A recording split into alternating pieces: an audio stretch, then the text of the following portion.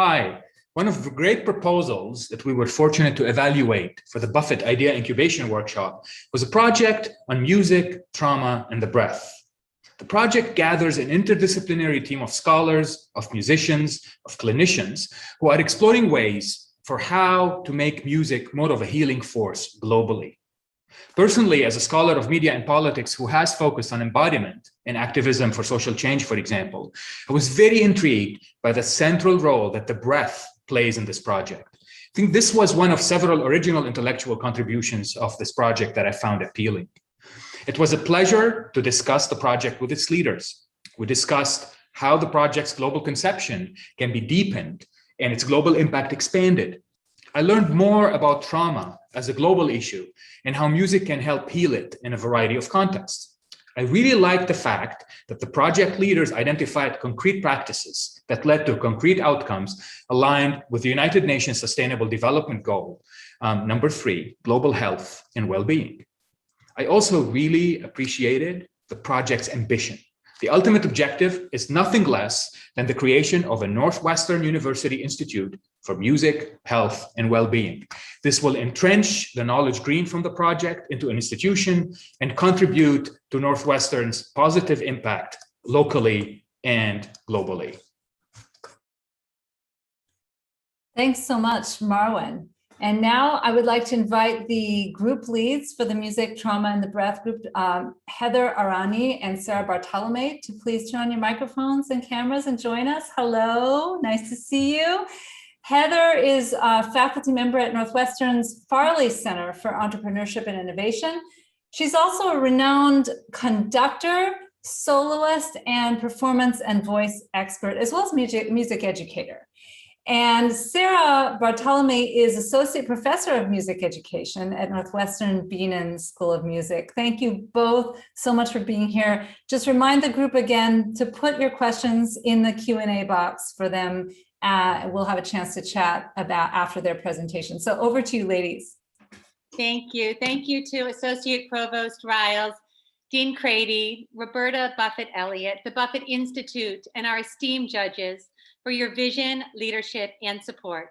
I am Professor Heather Arani. I work in entrepreneurship and innovation here at Northwestern, and I am also on faculty with the Lyric Opera of Chicago. I'd like to also have my co-lead introduce herself. Hello, my name is Sarah Bartolome. I am an associate professor here at the Beanan School of Music. I'm a specialist in music for children, ethnomusicology, and qualitative research, and I am honored to serve as co-lead for this project. In my work as a teaching artist at Lyric, I have been extremely fortunate to combine my various areas of expertise: child development, breath, singing, innovation. If you would, please join me in a trauma-informed breath practice, which I have done with hundreds of children throughout Chicagoland. The first thing that I'm going to ask you to do is slouch and breathe on your hand and notice the temperature. Is it warm? Now I'm going to ask you to sit up like you want to be 2 inches taller and breathe on your hand again. What is the temperature? What did you notice? Typically, when we are in alignment and our resonance, like we want to be for singing, the breath cools.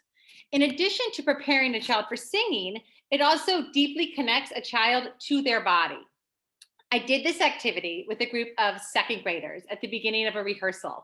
And there was this adorable little second grade boy who did the exercise and afterwards participated verbally, actively throughout the entire rehearsal.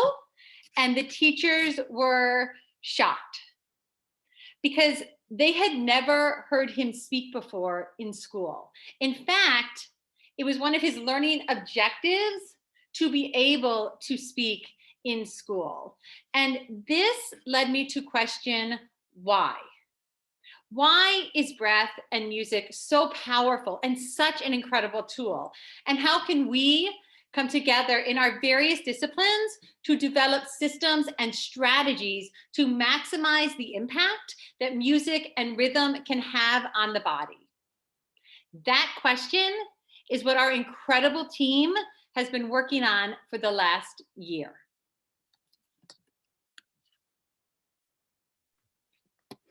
It was clear from the beginning that the global nature of trauma made this project a good fit for Buffett's idea incubation program. Not only is trauma recognized as a global health issue, the consequences of the global interdisciplinary pandemic, experts assert that it is a global problem best served through the kind of interdisciplinary international collaboration that is at the heart of the Music, Trauma, and the Breath initiative. When we first convened for the idea dialogue in June of 2020, I don't think any of us really recognized how relevant our project on trauma would become. Since that time, experts have concluded that we have experienced pandemic-related trauma on a global scale. More specifically, emerging research in psychology, psychiatry, and from the CDC highlights the way the global pandemic has caused developmental disruptions and trauma among children. The trauma of increased exposure to abuse in the home, neglect, food and housing insecurity, interruption in schooling, and reduced socialization may have long-term effects for children. Music, Trauma, and the Breath team member Dr. Benjamin Gorvine will explain. There's lots of emerging evidence that we're all witnessing about the developmental disruptions that are occurring for children, particularly elementary school age children, as the pandemic has gone on. And I'm really interested in working with this group as we examine ways that we can utilize music as a kind of methodology to help children through these developmental disruptions. The good news from my perspective as a developmentalist is that we know that children and development is very plastic, so that plasticity in development and that flexibility predicts that there are a number of things that we can do to intervene and improve outcomes and help children through the trauma as we begin to emerge globally from this pandemic. The children who have endured this pandemic are now being referred to as Gen C, the COVID generation. Our team has identified Gen C, specifically children in kindergarten through 5th grade, that's roughly ages 5 to 11, as the target population for our project. Our intent is to develop a research-based musical intervention that will help Gen C children around the world process pandemic-related trauma. So the question then, why music? In addition to scores of anecdotal stories like the one that Heather shared with you today, there's a growing body of research documenting the power of music for health and well-being. Around the world, dedicated research centers are investigating the physical and mental effects of music. Here in the United States, the National Institutes for Health have partnered with the Kennedy Center to sponsor the Sound Health Initiative, which recently committed $20 million to research that will advance evidence-based music intervention for brain diseases and human health overall. Yale and USC are among recipients conducting interdisciplinary studies on the effects of music on the body and the brain. We aim to build on this body of research, utilizing group singing, rhythm, and the breath as an intervention for mitigating pandemic-related trauma experienced by children and contributing evidence of its effectiveness. We believe our interdisciplinary team is positioned to emerge as a global leader in this area. Our core team includes experts in engineering, trauma, psychology, child development, music education, ethnomusicology, and singing in the breath. We are also actively collaborating with other key stakeholders, including experts in biomedical engineering and neuroscience. Our team draws in faculty from 6 different NU school units and aims to leverage critical interdisciplinary expertise to design a powerful musical intervention and examine the effect of that intervention both behaviorally and biomedically. The TMB initiative is anchored by 3 core values: interdisciplinarity, global impact, and cultural responsiveness. With these values in mind, we developed a 2-pronged approach. On the practical side, we will design a culturally responsive musical intervention. On the research side, we will design an international multi-site research study that will gather evidence of the effect of that intervention. During year 1, we will gather information, completing a comprehensive literature review and making site visits to observe existing music for trauma approaches. We will also organize team trainings in trauma-informed and culturally responsive practices. These activities will inform the design of the musical intervention. We will also pilot our intervention locally and identify potential sites for year 2 research. Importantly, we will work closely with one of our key contributors, Dr. John Rogers, to determine how to collect biophysical data using wireless wearable sensors that non-invasively measure things like vocal activity, heart rate, and cortisol.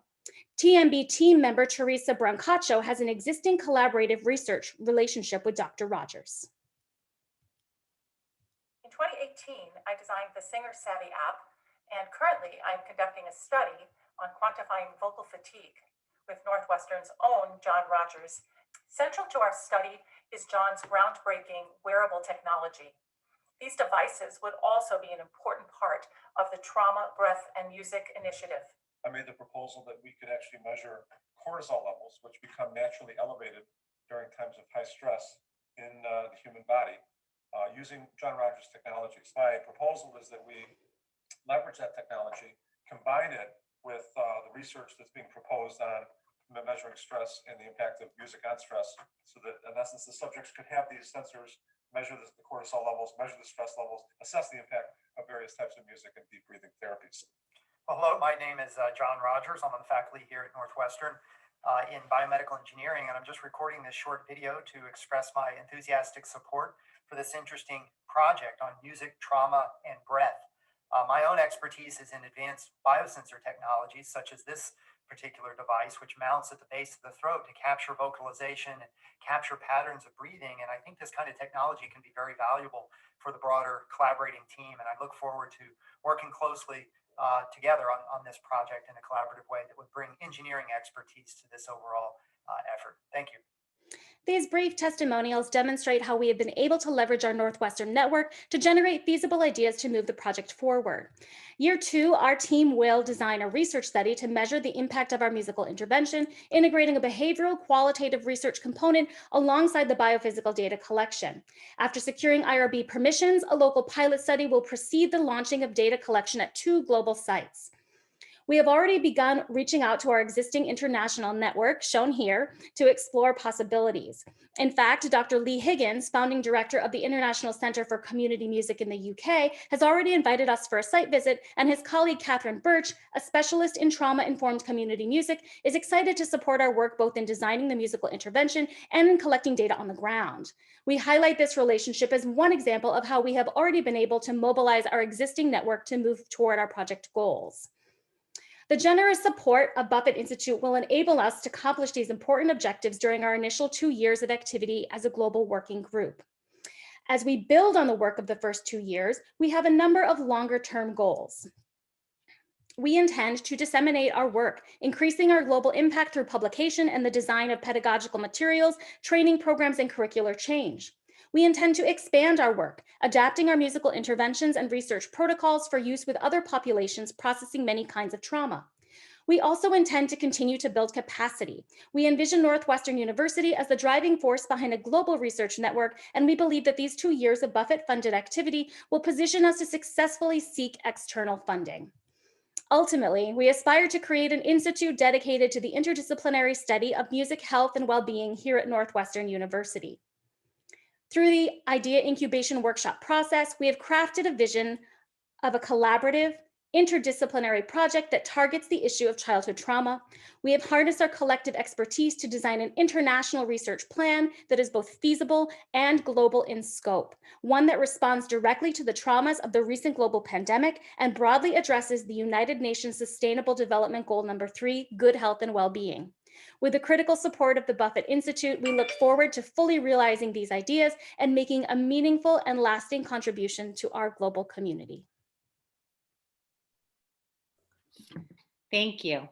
Thank you so much, Heather and Sarah, for this really exciting presentation. And I'd just like to invite another member of your group, who I understand is here, Dr. Ben Gorvin, to turn on your camera and join us. Hi there, Ben. Ben is assistant chair and professor of instruction in the Department of Psychology. And so now we are open for questions. And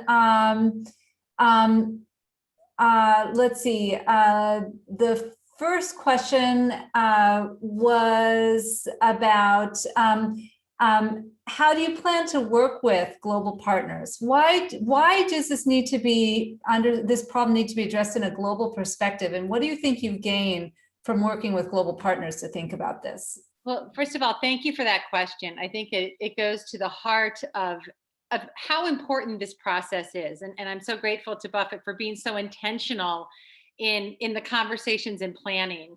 It's extremely important that we are not entering communities and telling them what to do, telling them what music is, telling them how to breathe. It's a collaborative relationship. And so from the beginning, there needs to be a very intentional aspect in terms of listening and a relationship of equals. I'm going to bring this over to Sarah, who is a world ethnomusicologist Fulbright winner, to talk a little bit more about this.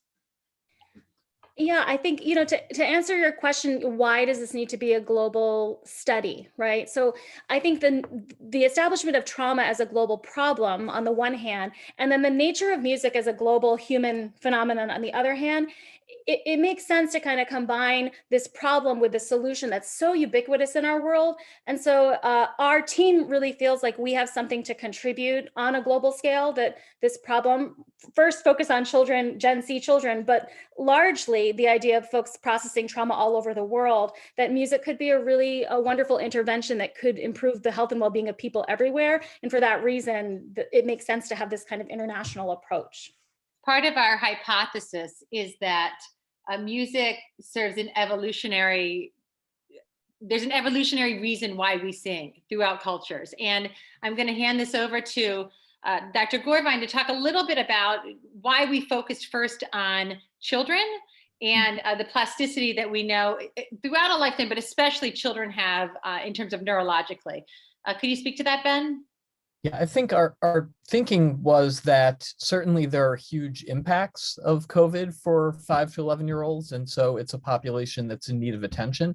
But we thought kind of along with the trauma and the negative impacts, it's also an age range where there's lots of evidence from psychology, from neuroscience, that there's an enormous amount of flexibility and plasticity. And so there's this big opportunity as well to intervene and to improve outcomes. And the one other piece I would add is, from the standpoint of psychology and social science research, there actually has been shockingly little work looking at music as an intervention in a systematic way. It's always kind of an afterthought in the literature, where there's this idea that it's a good adjunctive treatment, but it's not something to be looked at unto itself. So we thought there was a real opening as well in that regard to really expand the literature and do something more rigorous. Super interesting. So I think one of the things that the judges found really exciting about your project was that it brings together just an unbelievable diversity of scholars, right? You have people building sensors, you've got quantitative data folks, we've got ethnomusicologists like Sarah, performers and educators like Heather, people who are in the innovation space, people doing psychoanalytic work. So can you talk a little bit about, how did that work? Was it difficult? How did you all find that conversation among so many different fields, people who usually don't talk to each other? So thank you for that question. As you know, I work in innovation and entrepreneurship. So part of what I do is bring together people from different skills. That's a core philosophy in terms of building a great team. It's very in line with Buffett, that if you want an incredible team, you need an incredibly diverse team collaborating with each other. And so I want to acknowledge Ariel's important contribution in helping us locate people from different disciplines to come together who would be aligned, who would have something to contribute. And that was something that when I reached out to people and I would speak with them about the project, I think it was very clear that this was something really important. This was something that could only happen within the last several years due to the latest advancements in engineering and in medical technology. And so I think there were many people who were excited to come on board. And I again, like, I did not know Sarah. I did not know Ben. And so being able to connect with these brilliant, phenomenal faculty members has been amazing. Sarah, could you speak to what it was like for you to enter into this? And then Ben, about your why. Why did you commit your time and brilliance to this project? Yeah, I think one of Buffett's slogan, "The future is collaborative," I think that's 100% true. The nature of this project requires all of those expertise, Annalise, that you mentioned.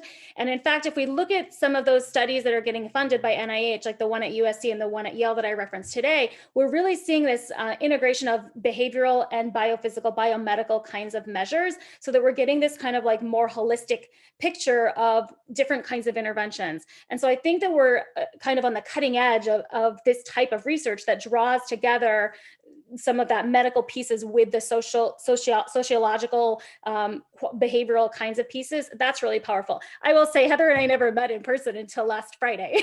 So talk about doing all this work in a pandemic. I will say one of Heather's superpowers, one of her many superpowers, is bringing people together and getting people on board.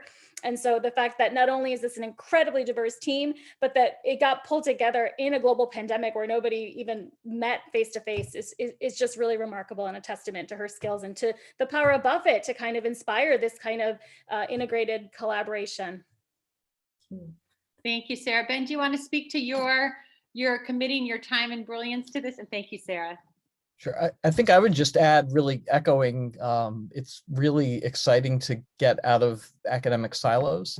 So for me, being able to collaborate across schools, not just across departments, but really across schools, McCormick, Beanan School of Communication has been a fantastic opportunity. And for me, I also got pulled into this project by Melissa Foster, who's in School of Communication, but I know her through a totally different pathway, through being a faculty in residence. So it's really nice to be able to kind of expand out in that way.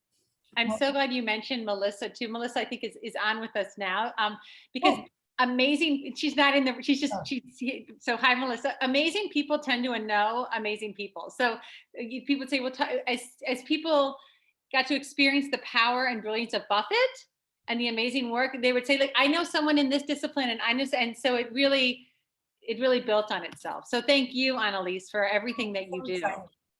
So we have a really interesting comment, more than a question, from one of our listeners, Hideko Tamura, who is a Hiroshima survivor, bombing survivor. And he comments, he says, it's so interesting that trauma is being addressed by using music. I remember a couple of years after the dropping of the first nuclear bomb in Hiroshima, a youth choral group taking the theme of hope and singing as a way of addressing that trauma. I just think it's a lovely, lovely comment. So very powerful. Okay, we have a question here from Trevor Nicholas. He says, this is absolutely amazing and hope-filled collaboration. How might this work help us to narrow the equity gap in communities across the world? Is there hope to impact education funding and policies down the road? Oh, thank you for that. Thank you for that. Yes, that is one of our key goals. I think if we look at, and Sarah, you can speak to this more. I think oftentimes, and this is part of my deep passion for this, I think oftentimes people who are not musicians, who do not have, they do not realize how powerful and imperative it is. I often say, if we want students doing well in school, if that's all you care about, you should still be doing music. Like, even if you're not going to, and so I feel like the music budget is one of those things that often gets cut, that is often, oh, well, we don't have room for that. And so part of my deep hope is that through this multidisciplinary collaboration, through the data that we collect, it will be very convincing to people in a different way about how incredibly integral music is. And it will be like math and English, or whatever language you're studying in your global community in the schools. And so thank you for that, Trevor. Sarah, Ben, if you'd like to say more about that. Yeah, I'll just say I'll just tilt it a little bit. The idea of issue of access and equity related to these kinds of interventions. So we had a lot of conversations about, well, how is this like music therapy? How will it be different than music therapy? And we talked about the ways that a musical intervention is more accessible, can be done with larger groups, could be in the future mobilized to schools all around the world. We kind of aim to develop the tools that we could then deliver to community leaders, to school counselors, to educators, to principals and administrators, and that these interventions could be deployed on a larger scale to serve more folks who may or may not have access to other kinds of interventions as they're processing trauma. So there's definitely an access piece that's on our minds as we develop the project going forward. And then not all children are in schools. That's a key part. When we were looking at the technology, we don't want to have the assumption that kids are in schools, and so that's been a really important part of the narrative, and why it's important to have so many different disciplines saying, oh, well, here's what we could do if they're not in school. Here's a way we could bring it to the community in this way or that way. Ben, did you want to add anything? I think the only other thing I would add is that I think in a lot of our conversations, we talked about the different levels at which music works, so that there's kind of a physiological level that we can be examining, but there's also the level of meaning, and that music exists across all cultures, so that there's really an opportunity to to look at this globally. And in addition to Melissa, I just want to acknowledge we have other team members who are tuning in, and I just want to say the team was phenomenal. Just so that slide that we have with the team, that truly, this process was everything that we know about how to really create amazing change, how to pivot, how to maximize the talent that we have at Northwestern. And I originally thought of this too, because Lyric did a huge article on my work, and Francis Collins was quoted in it talking about it. And as a graduate of Northwestern, as a professor at Northwestern, I thought we should be doing, no one is better than us at doing this. We have phenomenal interdisciplinary people at Northwestern. And so this institute, I think, really will be, we have the great potential here for something phenomenal worldwide. Very exciting. So we have two questions here that I'm going to put together because I think they're related. One is from Professor Drew Davies from the Beaton School of Music, who says, I'm curious about what kind of musical activities work cross-culturally and globally, given that you're dealing with children in different backgrounds. And likewise, Patrick Eckles from the Northwestern Buffett team says, I know that you're going to go through more design process to establish the musical intervention, but can you give us an idea of what that could look like? Like what instruments? Is it going to be popular music, classical music? What kinds of assumptions about music did the group settle on to make this work? Yeah. Oh, thank you for that. So that is a key part of what we're doing in this first 2 years. And so I'm going to hand this over. We are not going to come in with this is my music in my language, and now I'm going to teach it to you. That is against everything that this project is about. So I'm going to hand this over to Sarah to talk about the questions that we are researching with this very important 2 years of funding. Yeah, it was a critical part of our discussion all through the whole development process. One of the things that's really key is the development of really sustainable global partners with whom we'll work to adapt the intervention, ensuring that the music, the style of music, the kind of music making for cultures, for example, where it may not be possible for people to sing. How do we use breath, rhythm, other kinds of music making to access the same kinds of benefits of the intervention? So we're going to really be relying on the relationships that we develop with those global partners to advise us on that. We're going to develop something locally with our own understandings of our local community. We're going to pilot that, and then it's going to be something that will be adapted to each of those global sites. Similarly, just along the same vein, the research protocol itself, how we measure and collect the data, we're going to be relying really on those global partners to work with us to make sure that the research protocols are also culturally appropriate, culturally responsive to the communities with whom we wish to work.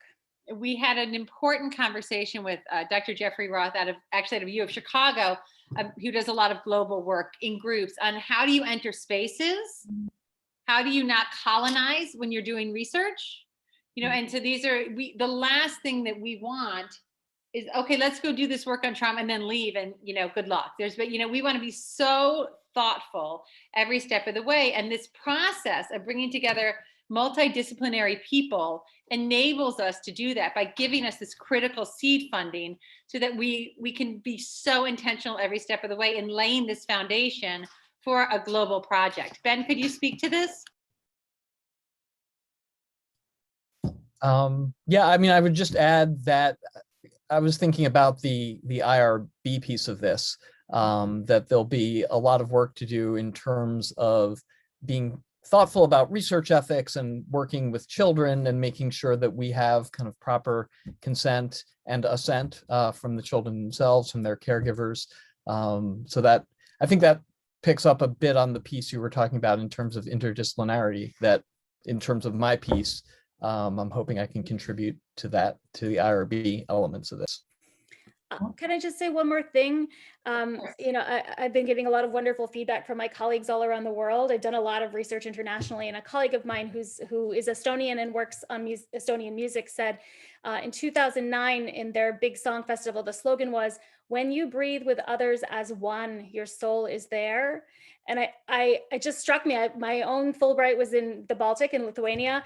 And so there's something so beautiful about the idea of the breath together and how music grows out of that, but it comes back to that process of being and interacting, breathing, making music together. That's going to be at the heart, I think, of the intervention as it evolves.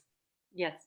Well, God knows our societies need more of that at this moment. So thank you all so much for this really exciting work. And as you say, Heather, I completely agree that Northwestern is uniquely positioned to do this work. So we're really grateful to you for bringing it to us and excited to see what comes next.